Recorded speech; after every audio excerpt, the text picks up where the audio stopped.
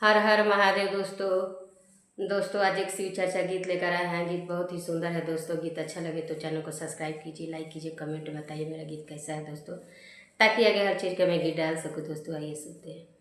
एक बार माता पार्वती जी भोलेनाथ से खिसिया कर नैहर जा रही थी आ कहने लगी कि हमारा से भांग उंग ना पिसाई, हम भांग उंग ना पीसब, हम नैहर जातनी।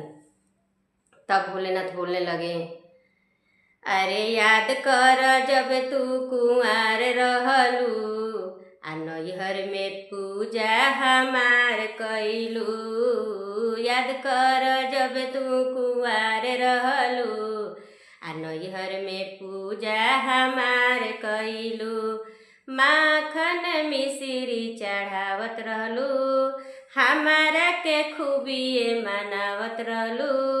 आय अपना पापा से झगड़ा तू मोल लिहलू आ नैहर में पूजा हमार कैलू। याद कर जब तू कुंवार रहलू आ नैहर में पूजा हमार